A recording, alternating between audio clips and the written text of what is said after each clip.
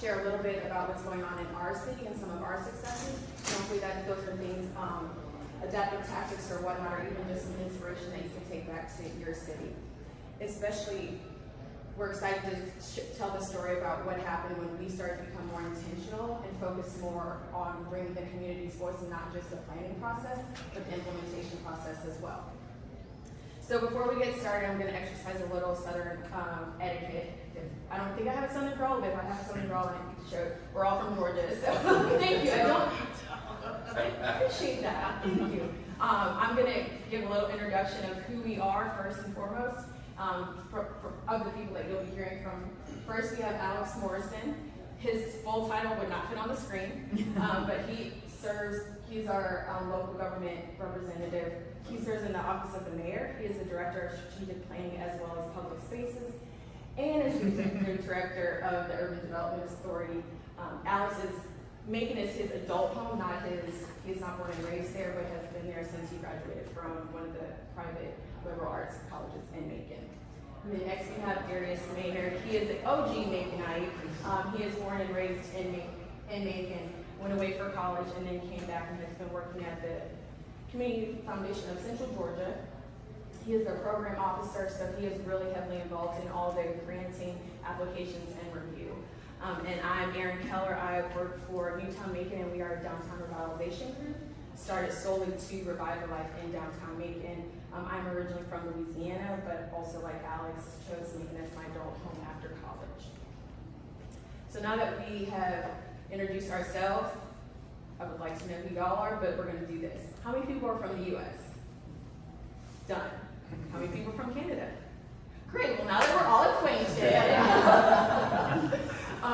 I also first want to give you a little insight to who Macon is, and so that you have a better kind of baseline of where she has come from, and before we get started. So also, please silence your cell phones. These are things that I'm being told to do. Please take the survey. Please remember to take the survey for the session on the mobile app. The surveys you complete, the more points you earn on the leaderboard for the chance to win prizes. Done. Okay, so a little bit about Macon. We are the state's approximate geographic center of the state, hence our nickname, the Heart of Georgia. We are a consolidated government of about 150,000 patrons. And also you can see where the cherry blossom, which indicates Macon's location. We are the cherry blossom capital of the world, boasting about 350,000 and counting Yoshino cherry trees. So yes, and we beat DC, so just glad you're impressed by that. So now you've heard a little bit about Macon. I'll give you a couple of fun facts as well. The music history of Macon is very entrenched in her identity, past, present, and also future. We are the birthplace of Southern rock. So if you are familiar, we have several music heroes, hometown heroes. One top right, Allman Brothers, Jason Aldean, Otis Redding, so now the Dr. Craig, left my home in Georgia. Okay. All right, great. And then Little Richard, and he actually grew up in Macon's historic black neighborhood called Pleasant Hill, which you'll hear a little bit about furthermore from Darius. Next, Macon is home to the largest true copper dome in the world. If I'm wrong, at me, I don't. Wikipedia says so fight me on it. It's a small music venue, seats about 2,700,000, sits prominently in downtown, properly adjacent to our city government. In 2007, Oprah made a visit to Macon, and she actually filmed her favorite things episode here. I did not get a card, so. And Macon is also home to the most historic districts in this state. If you're familiar with Georgia, that also includes more than Savannah. We have over 6,000 historic buildings all registered with the National Register of Historic Places. And this one is one of my favorites. If everybody, in Georgia, we cook with Crisco, but Crisco oil. This is actually the original owner's mansion, Walls McCall. So now that we're a little bit familiar with Macon, I'm going to kind of start to walk you through where Macon has been and also her demise. So, like I said, we're about the centralmost part of the state, so the contiguous counties are very rural. So people look to Macon as the epicenter for entertainment, dining, definitely the beacon of retail. So this is the 30s and 40s, 50s and 60s, and well, we all know what happened in the 70s. The malls. And this is a shot of the inside of the Macon Mall. So like most downtowns, we were no different.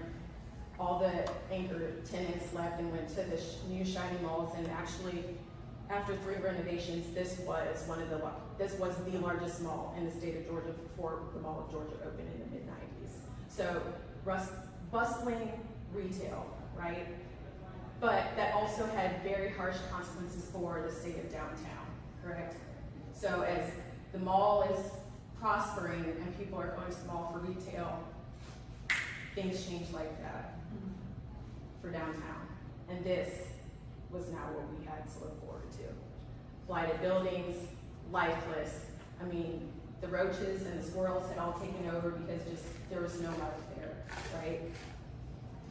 So in 1996, my organization that I work for, NewTown Macon, was started. We are an extension of the Peyton Anderson Foundation, of which you'll also hear about a little bit later. But the executive director, she decided that we will save downtown. But this was a state of downtown when NewTown was started in 1996. Boarded up buildings, less than 30 residential units, maybe 5 restaurants, and that's only feeding the daytime office building population. Less than 1/3 of our storefronts were occupied at the time. However, I will say our immediate past mayor likened downtown to a trading baseball card, right? So it was worth nothing, but then you put it on the shelf and several years later you bring it down and now it's worth all this cash. And that's really what has been a driving force in downtown Macon's revitalization story. Our building stock is a great asset to us, and that's really been the foundation in which we kind of started to get things going. But I will say, I just cannot imagine my predecessors at NewTown, where I walk into work every day, but this is the state of downtown, right? The whole entire community there was no thought of downtown. There was such a disattachment from downtown with the rest of the community. I don't even think that most people thought that there was a downtown Macon for the most part. And so, but my predecessors mastered the old adage of, at first you don't succeed, try again. And so several initiatives, they tried to really bring back retail, bring back the heart of the city that was once there. We tried several initiatives. 2 that stick out, mid-2000s, we started First Friday, so I'm sure most of you all do those in your community. Well, the vendors and operators that were there, they were on board. They would hire musicians, do food specials. Well, we're like, man, this is great. We had so much success. People are actually here. How about we make it every Friday? What do you think happened?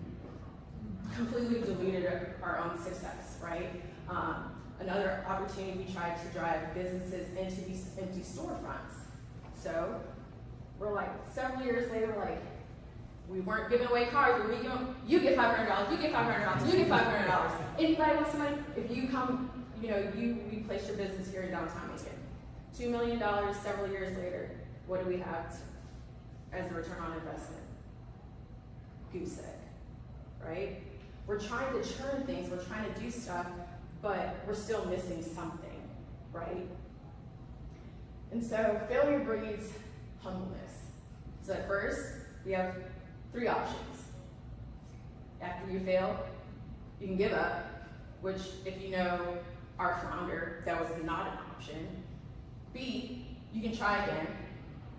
Or C, you can try again and realize this feat is too difficult and too vast to do for one entity, right? And you need a group of people. Spoiler alert, we chose option C. Revitalization is a team sport. And since I've started working at NewTown in 2014, I can definitely attest that one of Macon's superpowers are plans. And I think in this business, we can all agree that plans are very, very important.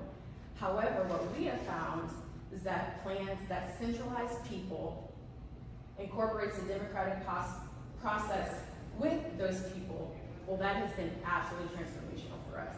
And so with that, I'm going to turn it over to my friend and urban philosopher, Morrison, to talk about our community-driven plan.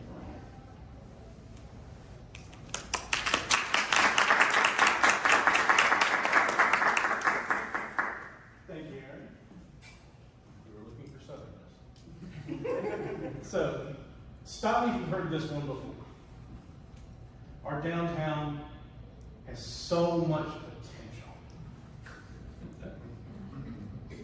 Man, if only we could get something going. You know what would really get people going in our downtown? A museum. Or a ballpark. Or an office building. You might get some people there, but what you won't get with that silver bullet approach is a sustained notion of the life and soul of your community. A big building like that you use public funding for can be an exciting thing from the groundbreaking to the ribbon cutting, but then it's just a building. In Macon, we tried that too. The Urban Development Authority was founded about the same time that the mall was established, and our first strategies to save downtown were just like anywhere else. We're going to use public bonds to build an 11-story, 16-story office building. That's going to get the jobs here. Neat.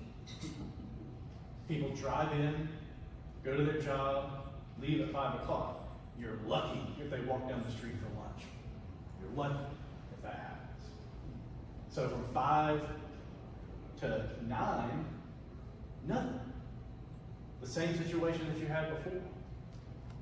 We're going to use our music history or our alleged sports history and build state museums to comment on those things. Well, guess what? They're also only open during the day, programmed as well as they can be programmed. People come. You're lucky if they walk down the street for lunch. But you haven't changed the street light. And that's part of what we kept noticing, right? Is that all of these efforts that we had, whether it was the business grants or it was the big signature silver bullet projects, that they weren't translating into tangible street life. They didn't come with any type of hub of activity. And the reason why those things are true is because businesses are great, jobs are great. But what you really need is people. People are the ones who create the life. People are the ones who fill jobs. People are the ones who open businesses. People are the ones who communicate with each other to form what we know as a city. Cities exist so that people can interact with each other to create commerce. Commerce doesn't create life. Commerce doesn't create a city. Commerce doesn't create a place. We heard that yesterday in the keynotes. We have cities that all look the same because we focus on commerce, not on people. So when we kept banging our head against the wall, we needed to figure out how do we get more people, right? And specifically, how do we get people at night? How do we get people who actually use the city that we're building? Those people were out there, but they were living somewhere else. We needed them to live in our downtown. So we were able to turn all of that historic housing stock, or at least start turning that historic housing stock into residential. The Urban Development Authority, NewTown, Macon, and other partners started realizing that if we wanted to create success, it first had to start with getting people to live in the urban core. But that alone wasn't enough. Because, sure, you create a place for them to live, you still have to flesh it out, right? You have to plan for people. And in 2013, we turned that prism around and started planning from that perspective. We started with this thing called the Macon Action Plan. a comprehensive plan, a first time ever comprehensive plan for our urban core that was a people-driven, public-driven approach. How people-driven was it? Well, before we even started doing the plan, we invited citizens of our community to pick the planner. We had a public call for people to submit some proposals for the plan that had the two highest rated firms come and present and got voted on. So the people got to pick who was even leading the planning process. And instead of just housing this in one organization, we built a steering committee of 25 people from all different silos. We had residents on the steering committee, business owners, nonprofits, city government leaders, people from the utilities, people from the philanthropic sector. We tried our best to build a cross-silo approach of people who were going to be core to that plan. And we built a robust public process for developing those strategies. We also did something that hadn't been done before. We created a larger geography for what we considered the urban core, to not just include the downtown core where the really cool old buildings were and some of the high-rises were, but also getting the first neighborhoods in there so that we can have a diverse housing stock incumbent in the plan, built into it. And we acknowledged the fact that there were a bunch of efforts before, that we weren't breaking new ground. We knew that things were happening, but we had to align them in a way that really sung to the people who were in our community.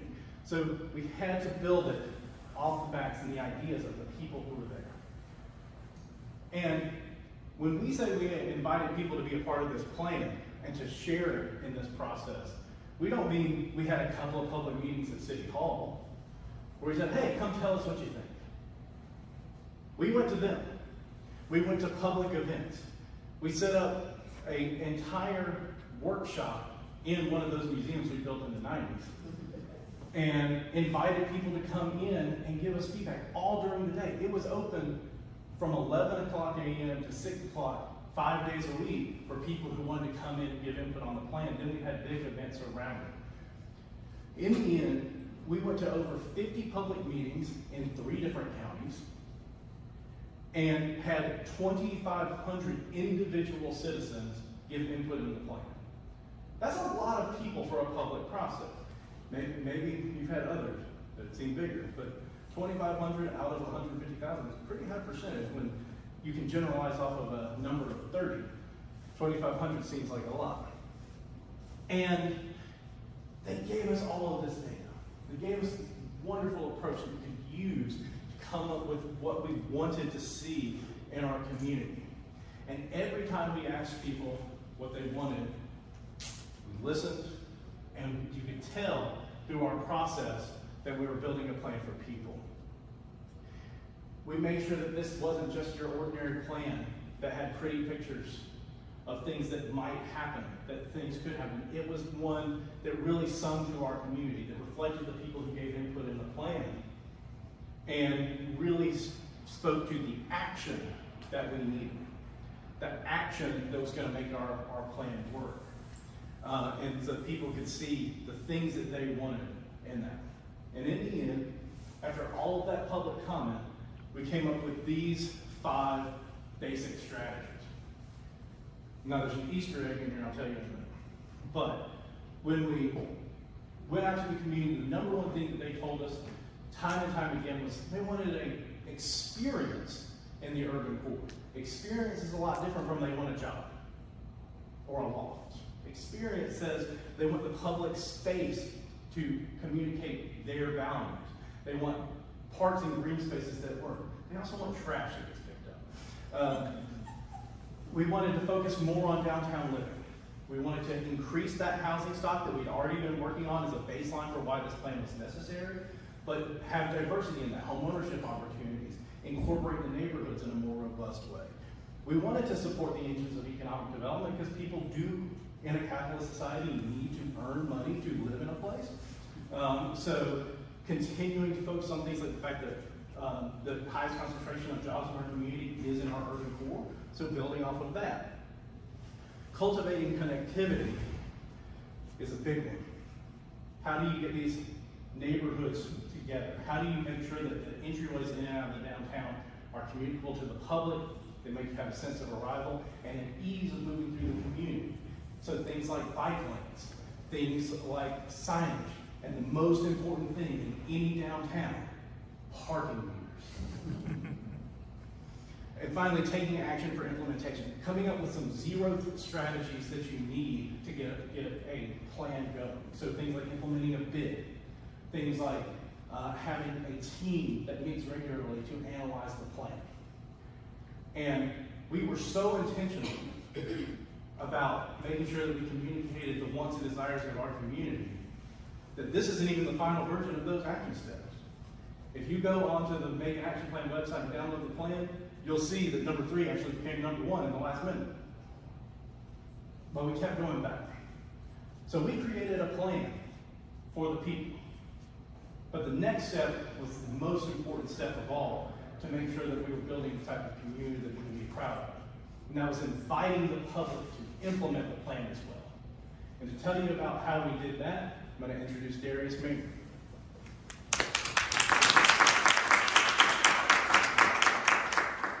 Thank you, Alex. Good afternoon to everyone. How are y'all?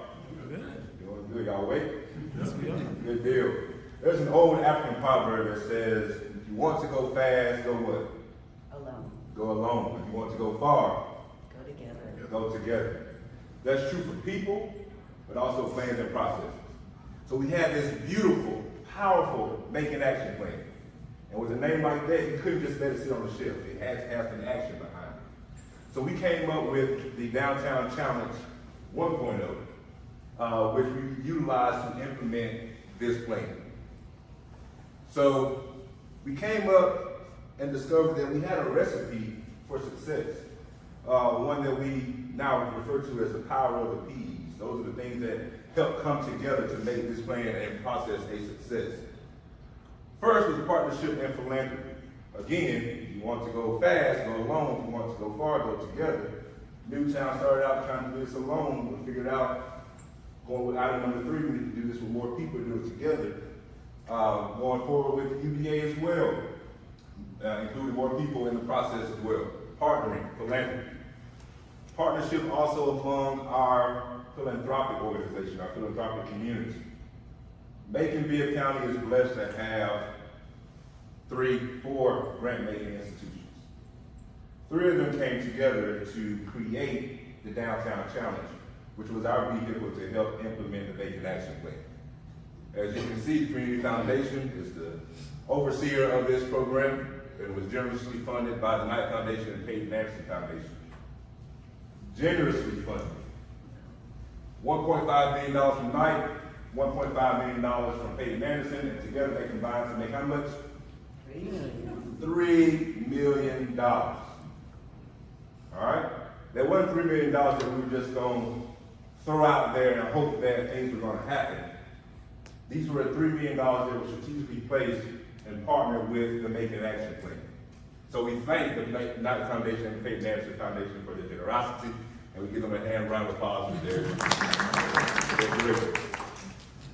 So $3 million to help crowdsource implementation of the what? Macon Action Plan. You had your plan, and now you have this grant program. And they're working what? Together. They exist together to make sure that we are reviving our downtown as we need to. As you see these beautiful people on the screen, 2 of them are in the room today. Wave your hand, 2 people. Alex Morrison from the UVA and Josh Rogers from NewTown Macon. Then you also have representatives from those 3 foundations in the middle. Former Macon representative for Knight Foundation, Beverly Blake, now represented by Lynn Murphy. The president of Freedom Foundation, Catherine Dennis, and then the president of the Peyton Anderson Foundation, Ms. Karen Leonard. As we always keep alluding back to what? People, people, people. Say it with me. People, people, people, people, people. People are the foundation of any community. You cannot have a community without what? People. People. That's what we honed in on. That's what we leaned in against. People. That's what we bet on. People. We wanted their ideas. We wanted their creative perspectives and outlooks and visions to help revive that dead downtown that you saw in the pictures previously. We could not do it without the collective thoughts and action of the what? People. So we really went all out about this thing. So with this grant making program, we offered $3 million over the course of a couple of years to help implement your ideas, to help bring back our dying dead town, to revive our downtown. Because we all knew collectively what we wanted to see in our downtown so that we can feel that we were a part of it. That was the magic thing. So we made these wanted signs, as you can see, had different things: improve connectivity, to make downtown more festive, to make alleys more appealing. And we gave awards for it. How many of you would like to see your face on one of these wanted signs? You're not going to jail with this one. Then of course, if you have a process, you have to have a plan behind it, and you have to be committed and stick to that plan. And we certainly were. By being strategic in going out and identifying and publicizing and communicating this program as well as this plan to the people, we were able to make our first steps into reviving that downtown so that it can no longer look like the pictures that you saw earlier, but look more like this. A place where people wanted to come. A place where people wanted to live. A place where people wanted to work. A place where people wanted to come for entertainment and food and fun. And we did just that. By having a commitment to reviving our downtown, by having a commitment to the Macon Action Plan, by having a commitment to funding the ideas of the people to help implement the Macon Action Plan, we were able to make so much progress in pushing that plan forward. So much so that within that first program, we received 390 applications. Let me tell you how much the commitment was from the people to the plan. That was a total of $17 million in requests. 17,390 applications. For the community foundations, we did not see applications in that volume. 17 million in requests. But as you remember, we only had how much to give away? 3 million.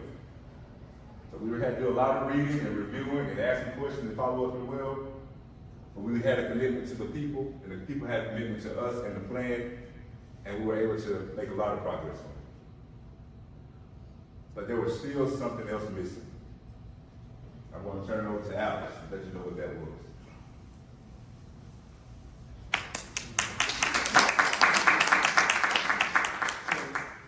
So 390 applications pared down to $3 million worth of requests. It was a lot of action, a lot of turning that potential into kinetic energy in Macon.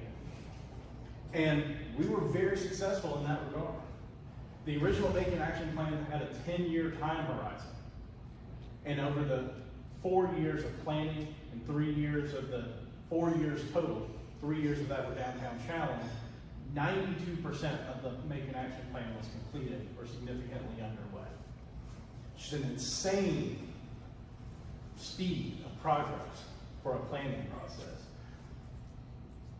But even within that 92% happening, we realized that we were not necessarily asking the right question. Because we went in 2013 with the charge from the foundations to turn potential into action, make something happen in downtown Macon. But what we learned through that process was that we needed to be asking the question, how do we ensure that the right things are happening in downtown Macon? Because that steering committee of 25 people, most of them looked and sounded like me. And I don't just mean with a cute Southern accent. There were people who were not at that table, who needed to be. And we heard loud and clear that we still were missing the majority population of our community in our urban core. that specifically Black residents of Macon did not feel like downtown revitalization was for them or from them. So we knew that we had to go back. We had to go back to the community and do a refresh of the Macon Action Plan and make sure that we centralized the right things. So we went back to the community, did another public process, a completely different public process. Not by going to public meetings or looking for Rotary clubs to speak to, or by having an open house at a museum, but by going into neighborhoods where we knew that we needed to do work and talking to people directly.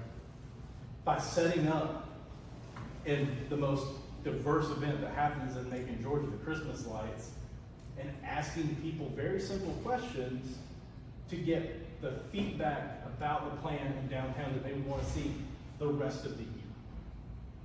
And how to build a community that is truly inclusive and one that's answering that question over and over again. How do we ensure that the right things are happening? The invitation to the process had to be more intentional. And so that's why we went back out and did that. We discovered through that process that those 5 big strategies, economic development, experience, living, connectivity, and implementation, were still the right things. But we needed to apply new lenses to the work. The number one thing that changed from 2014 to 2019 in the planning process was somehow like there's 25 people, like 2,500 people seem to have like a lot of kids. So they kept saying we want places to not just drink beer, but drink beer where our kids can have fun too. They wanted to have more fun, more activities, more intentional family-friendly programming in the urban core. So a more kid-friendly or age-friendly urban core became a much larger importance to how we built our downtown. Second, a more inclusive urban core. One that truly reflected the fact that we do have a diverse population and a downtown that could greatly benefit people of all different backgrounds if we just turn the prism a little bit more and create an intentional invitation.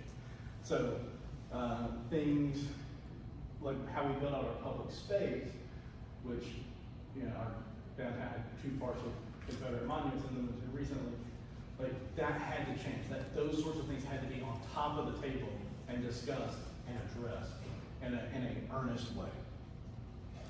We need to have a more, and important here, I almost got ahead of myself. A key piece of inclusivity that we heard loud and clear from the population is that inclusivity had to include affordability. Affordable housing had to be a part of our plan, and making sure that the businesses that we're recruiting understand the income levels of the broader community. Not just the people that work at the hospital, not just the lawyers, but the entire community needed to be reflected in the businesses that we were recruiting as well.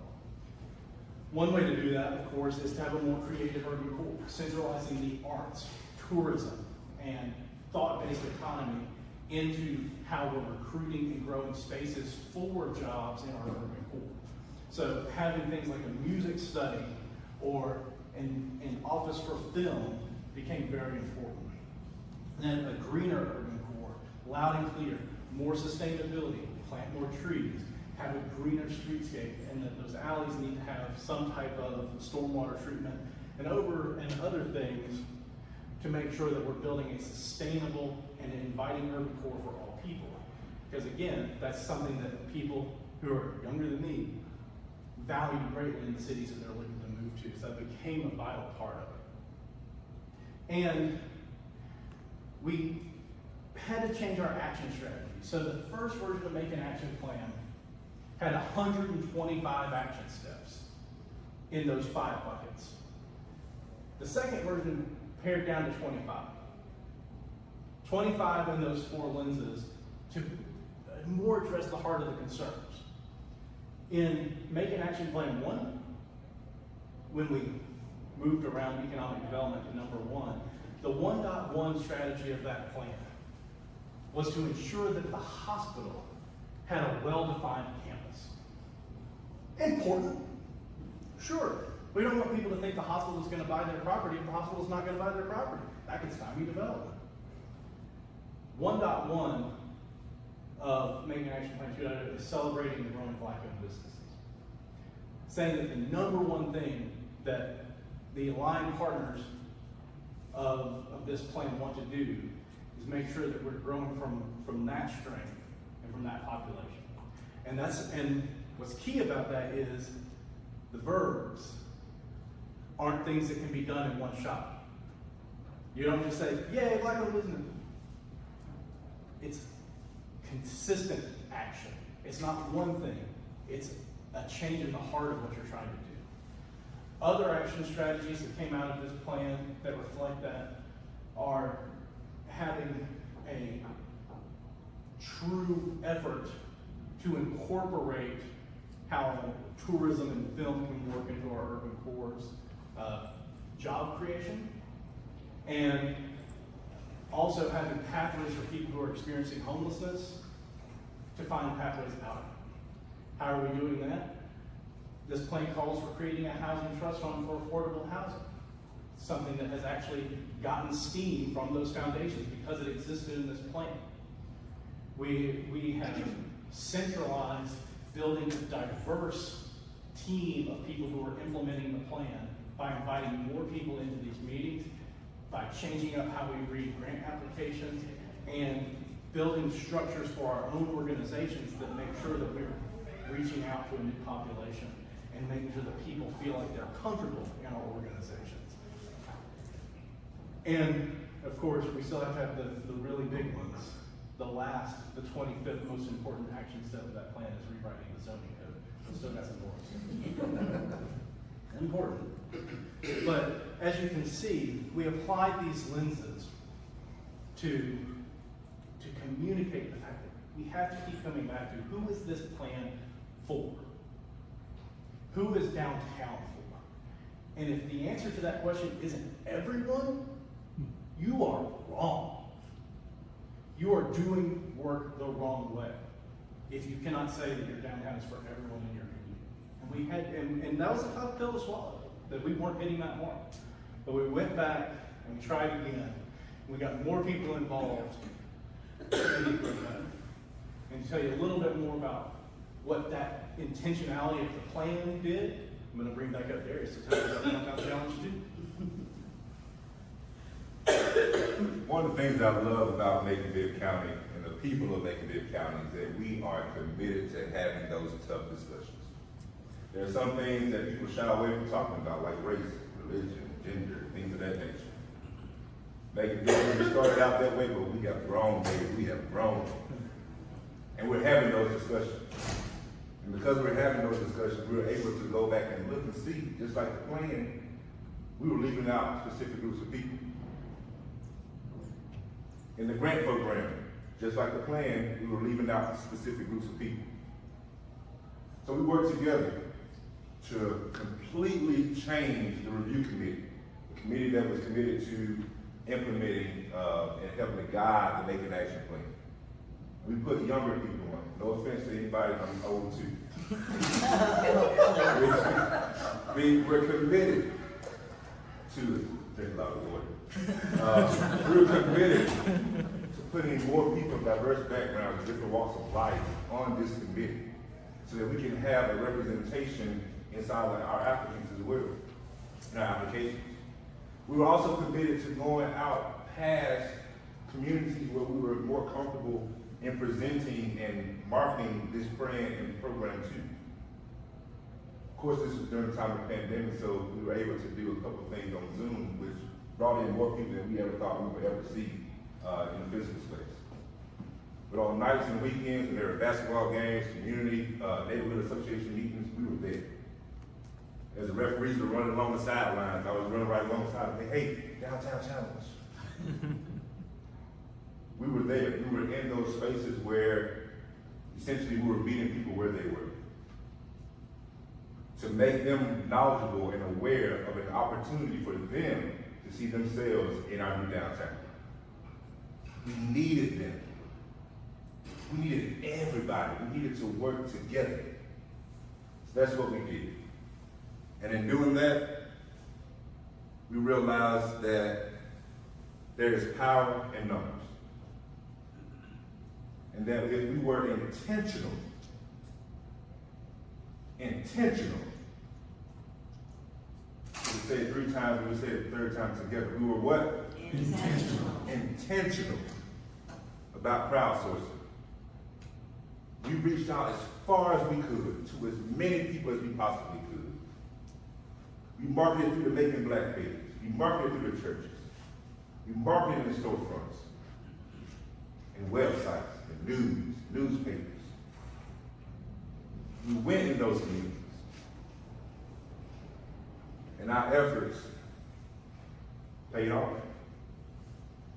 One point one of the Making Action Plan was to celebrate and grow Black-owned businesses. This was a community in downtown that I did not even know about. It was not on a map of Macon that I had ever seen before. This is Greenwood Bottom, that's what it's named. A Black business district in our downtown urban core. There was so much significant investment now going into Greenwood Bottom through the Downtown Challenge Making Action Plan that they were able to do everything you see here. But that was just a start. That was seed money for them. These were business-minded people, like-minded people. And they were able to keep that success and that energy going. They're still having events at this location daily, weekly.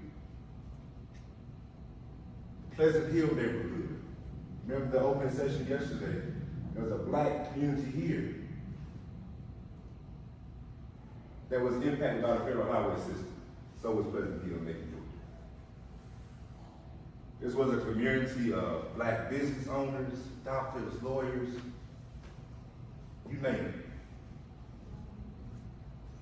And someone came up with the right idea to smack I-75 right through the middle, split it in half. You know the deteriorating impact that that had on that community. A lot of investment through the Making Action Plan and Downtown Challenge 2.0 went into the Pleasant Hill community. Today, not only are they rebuilding dilapidated houses, tearing down blight, utilizing activated green spaces, they're growing. People are coming back to Pleasant Hill. New people are moving into Pleasant Hill, because they're committed to reviving that neighborhood of our downtown urban core. The commitment of the people drove this success. And as we continue to go, we just had our last deadline for our final round of Downtown Challenge. And I can't wait to see what the results are. But out of the first 2 rounds, where we were able to fund 40-something applications, 32 of those awards went to people of color. Not because we felt that we had some obligation to only fund people of color, but because these people, they came with their ideas. And they were committed to implementing those different areas of the Making Action Plan. And they were solid, great ideas. And because of their passion and commitment to the plan and to Downtown Challenge, the success and growth of our downtown and urban core, man, I invite y'all all down now to see it. To walk downtown, there's not a street you can step on in downtown and not see something that was paid for by the Downtown Challenge. There's no change or revitalization, in my opinion, that did not come from the impact and the great work and action of the Making Action Plan. Be intentional. That's what we learned. I'm going to bring Alex back up to talk about some more lessons that we learned along the way. Yeah, absolutely. As we continue through this process, we've learned about the fact that you have to be intentional. You have to look at who's around the table when you're making these decisions, and ensuring that you're hearing from all voices. You have to be consistent and putting out that call to everybody. Because crowdsourcing isn't just, hey, what do you think? What do you want? I mean, I've had that meeting. Yeah, we are from Macon, Georgia. I've gone to every neighborhood in Macon. Used to ask the question, well, what do you want in your neighborhood? You know what they want? Chick-fil-A. That's not the right question. It's not the right question. You have to ask about what would improve your life. What would make it easier for you to get through the day? What would make it easier for you to have generational wealth? That's what crowdsourcing is. It's an invitation to collaborate, to make sure that people are invested in it. And then reciprocity is the key. You have to earnestly listen. You can't assume that you already know every answer. It's easy to do. You're the expert. But you have to be earnest in asking the questions and show people that their ideas are reflected in the planning process and the implementation. And what you also have to do is make sure that you're hearing from enough voices and that you're not letting people in these neighborhoods speak for too many people. Because while no one's experience is universal, everyone's experience is instructive. I mean, even if they don't know everything that they're telling you, you can still glean some truth from it. And you must be willing to do things that there's no precedent for. Like, some of the ideas that we had were things like, we're going to have a dance party underneath a railroad bridge. But what did that do, Darius? Brought back a diverse crowd like nothing you've ever seen. Yeah. Don't forget about the big old Christmas lights. I'm telling you. I'm telling you. Like, we're not lying. So the guy in the one picture in the middle, we thought he was crazy. He asked for $150,000 to put Christmas lights in our downtown. So, but Christmas in downtown Macon now is such a big thing that how many people? 250,000 people come in the month of December Annually. just to see our Christmas lights that are synced to locally sourced pop orchestra. It's crazy. That's 250,000 people, and along those lights are what? Restaurants, businesses, all that are now attracting people not just from Macon, Georgia, but from all over. So they're being impacted economically as well. Right. And one thing, a lesson learned that we have come to realize is we've told this to a lot of cities. We did a pilot run for this story, and we talked about Nye Foundation, Peyton Anderson Foundation. Well, we don't have that, so we can't do it. That's not true. You have the people, then you have the right resources.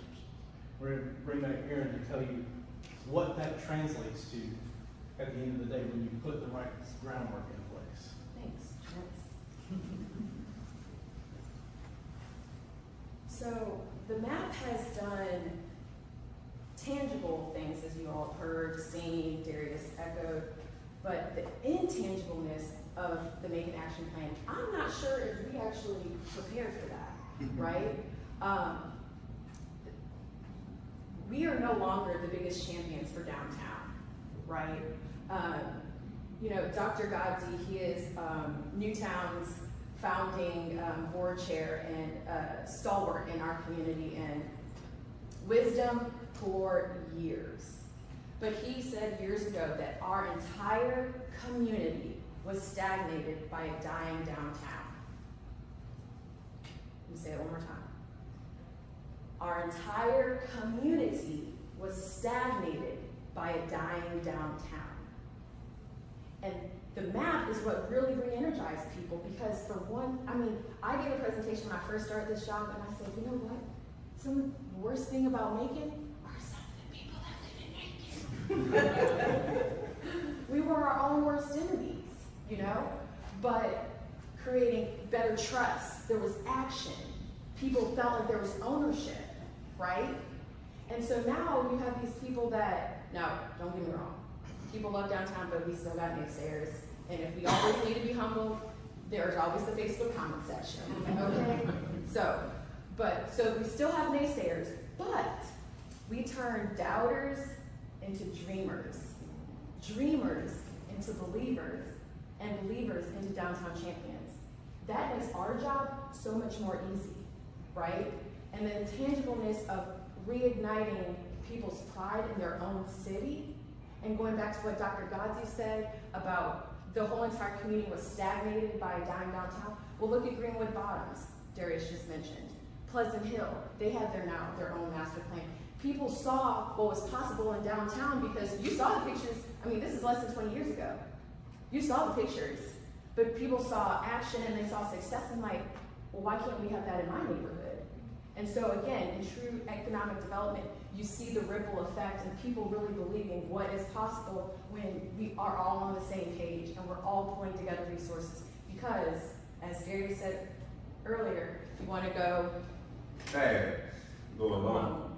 If you want to go far, go together. And that was a really big turning point for us. And I think it's just very special because what else, it goes back to people, right? So we can have all this money, we can have all these foundations, and we can do all these things, but if we didn't have people to come and apply, to come and give their voice, there's no action. So the John S. and James L. Knight Foundation commissioned this study in May of 2020, and it's easily Googled. You can just Google it, but it's called Community Ties, Understanding What Attaches People to the Places that They Live in. And this was really interesting to read in preparation for this presentation because these are the key findings that they mentioned in the executive summary: boosting time in the city center, focus on improving the quality of life, and attention to equity. I mean, we didn't know that, but that's exactly what MAP has done for our community, right? And so, one of the things that, per their finding, I'm gonna go back to the top one, boosting time in the city center.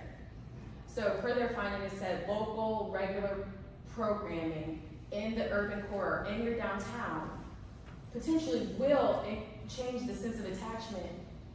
Because if you're bringing people from the outskirts, from the suburbs or whatnot into your downtown, well, now they're getting the experience, going back to the experience, that they can't get anywhere else in your city, right? So let's go to this slide real quick. Oops, not the laser. What you're looking at here is, it says some cities attract more residents than others. Share of residents by frequency of time spent in the principal city. So this study, if you're familiar with Knight Foundation, they prioritize 26 cities. And then 8 of those cities actually have staff members. Okay, so in this study you have national, they compare national data and then the 8 cities that they have programs staff in. So as you can see, nationally says 42. The second bar is Macon at 80. Okay, so honestly, this is a moment for me. I was like, oh my gosh, because sometimes we're in this work day to day, and we don't really take a step back and actually see the transformation that's being had because we're hamsters, we're in the wheel, and we're just going. But at some point, it's okay to stop and take a second and pat yourself on the back and realize, like, wow, this is major change, and it's happening in our community, and it's happened really, really fast. And the success of the Macon Action Plan has definitely expedited our revitalization success. So I'm gonna change gears just a little bit, drop the numbers, and I'm gonna give you some anecdotal stories real quick. So this is Patrick and Lauren. They are originally from Kentucky. They had actually been living in the Tampa Bay area because it was during the pandemic, so they were actually driving home to Kentucky, stopped in Macon, rubbed elbows with the right people at the bar, and actually happened to be their future landlords, and they decided they had a really good experience. They caught the vibe, they're like, man, this is a really cool city. A year later, they opened Macon Bagels. You love a Macon pun. Macon Bagels, y'all with me? Just celebrated their first year anniversary in July, and also in July, they celebrated the Taste of the South magazine, actually featured them in their annual Taste of 50, which, it's like the 50 places that make the South delicious or whatnot, and they respectfully came in at 29. My boss was just in New York and they had a bagel. They didn't even finish the bagel. They have ruined I'm just saying, that says a lot, right? That says a lot. But Patrick Warren, outsiders have no clue, literally just stopped at Macon. If you're familiar with Macon, sits on the intersection of a bypass and two interstates. So we normally get people, they know Macon for a good gas stop and a Chick-fil-A on right off of two exits. But if you get off and you come downtown, you see something different. And they did that. And now they're in Macon, business owners, and they actually, their storefront, there's 3 floors of lofts above it, and they live right above it. Any football fans? I know we're in Canada, but this NFL. This is Bud Dupree. He was drafted by the Pittsburgh Steelers. Currently plays for the Tennessee Titans. Macon, homegrown. Obviously, this guy's been everywhere. Played several places, lived several places. He decides he wants to open up a business concept. Where does he open it? Downtown Macon. This is a concept that we had not seen in downtown. And he wanted to bring back a experience that people from his community probably that are not able to travel elsewhere to receive this type of experience. And he was very intentional from the aesthetic side as well as the menu side. And so now we have a Black-owned, Black-operated, metropolitan feel, like upscale feel restaurant. Lastly, for the first time in a little over a decade, Macon is finally home to a walkable hotel in the CBD. Huge flashpoint for us. And this actually going back to the historic districts, this actually was the immediate prior use was a government annex building. And it is now a 94-room boutique hotel. It's under the Marriott Tribute collection. Everything from inner decor to the name to all the paintings and everything is all Macon-centric. All Macon-centric. And so I think the biggest thing and biggest takeaway besides people, but obviously this is not a blueprint, but more just like a challenge of what's going on in your community. This whole entire conference is about reinventing communities for tomorrow. Not yesterday, not our grandmother's downtown, but what is it for today? And so going back to, dear Dr. Godsey, and I think this is a really good, this very, very true to what we all need to be doing going forward, because as sad as COVID was, and as grueling as COVID was, and depressing as COVID was, as downtown practitioners, we have an opportunity. We have a clean slate. We can rewrite the rules, right? And so this is a great opportunity to go back to your cities and say, let's shake it up. Let's do things different. And so here Dr. Godsey says, normally I don't read quotes off screen, but this is well worth it. A community has to be continually refounded, reinvented, recreated, and that can only happen if we foster entrepreneurial thinking. And going forward, there's AC after COVID, and there's BC before COVID. But for AC, this is what we need to be focused on as downtown practitioners going forward. We've always got to change things. We've always got to do something. And we've always got to go back to the community to really feel like, because we think we know, but let's be real. Sometimes we really don't know. I mean, there are those people that you don't want to hear from, but then there's some people that you really should take into account, and they just want to hear their voice heard, right? So with that, we'll take some questions.